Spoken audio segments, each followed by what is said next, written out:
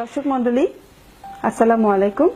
আমি professor doctor Selina Akter, স্ত্রীরোগ বিশেষজ্ঞ, আপনাদের কাছে আজকে হাজির হয়েছি গর্ভের বাচ্চা কিভাবে ছেলে অথবা মেয়ে হয় তা বলার জন্য। সমাজের একজন সচেতন নাগরিক হিসাবে এবং একজন স্ত্রীরোগ বিশেষজ্ঞ হিসাবে আমি এর প্রয়োজনীয়তা অনুভব করলাম। কারণ ইদানিং ইন্টারনেট, ইউটিউব এবং আরো কিছু সোশ্যাল নেটওয়ার্কিংয়ে এমন কিছু কুসংস্কার আচ্ছন্ন কথাবার্তা এবং ভিডিও আমি দেখেছি, যা দেখে আমার মনে হয়েছে যে একজন স্ত্রীরোগ বিশেষজ্ঞ হিসাবে সবাইকে আমার এই কথাগুলো বলা দরকার। আমাদের প্রতিদিনের চেম্বারে রোগীরা আসেন এবং রোগীরা এসে আমাদেরকে জিজ্ঞেস করেন, ম্যাডাম আমার একটি ছেলে অথবা আমার একটি মেয়ে আছে, পরের সন্তানটি কিভাবে একটি ছেলে হবে অথবা একটি মেয়ে হবে। এই প্রশ্নের সম্মুখীন আমাকে প্রায়ই হতে হয়।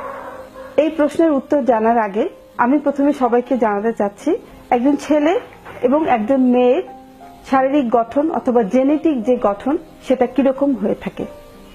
আমি একজন মেয়ে, আমার শরীরে যে ক্রোমোজোম আছে তা হচ্ছে XX। অপরদিকে যে একজন ছেলে, তার শরীরে যে ক্রোমোজোম আছে সেটা হচ্ছে XY।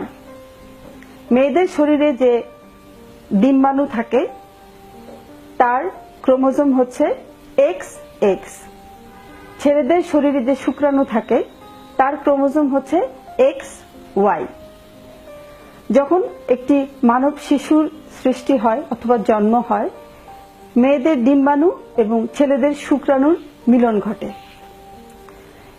মেয়েদের ডিম্বাণু এবং ছেলেদের শুক্রাণুর মিলনের ফলে যদি ছেলেদের শুক্রাণুর X মেয়েদের ডিম্বাণুর X এর সাথে মিলিত হয়, তাহলে এই সন্তানটি হবে একটি মেয়ে। অপরদিকে ছেলেদের শুক্রাণুর Y এর সাথে যদি মেয়েদের ডিম্বাণুর X এর মিলন হয়, তাহলে সেই সন্তানটি হবে ছেলে। দর্শক মণ্ডলী, তাহলে আমরা খুব পরিষ্কারভাবে বুঝতে পারছি ছেলে এবং মেয়ে হওয়ার পিছনে মেয়েদের ডিম্বাণু তথা ওই মেয়েটির কোনো ধরনের কোনো ভূমিকা নাই। যদি ভূমিকা থেকেই থাকে তা হচ্ছে একটি ছেলের ভূমিকা, যদিও সেটা ইচ্ছাকৃত নয়। অনেক সময় আমরা দেখে থাকি গ্রামগঞ্জে একজন ছেলে তার বংশ রক্ষার জন্য শুধুমাত্র একটি ছেলে সন্তানের আশায় একের পর এক বিয়ে করতে থাকে, যেখানে ওই মেয়েটির একটি ছেলে অথবা মেয়ে সন্তান জন্ম দেওয়ার উপর কোনোই ভূমিকা নাই। তার জন্য তাকে প্রতিনিয়ত গঞ্জনা বঞ্চনা সব সহ্য করতে হয়।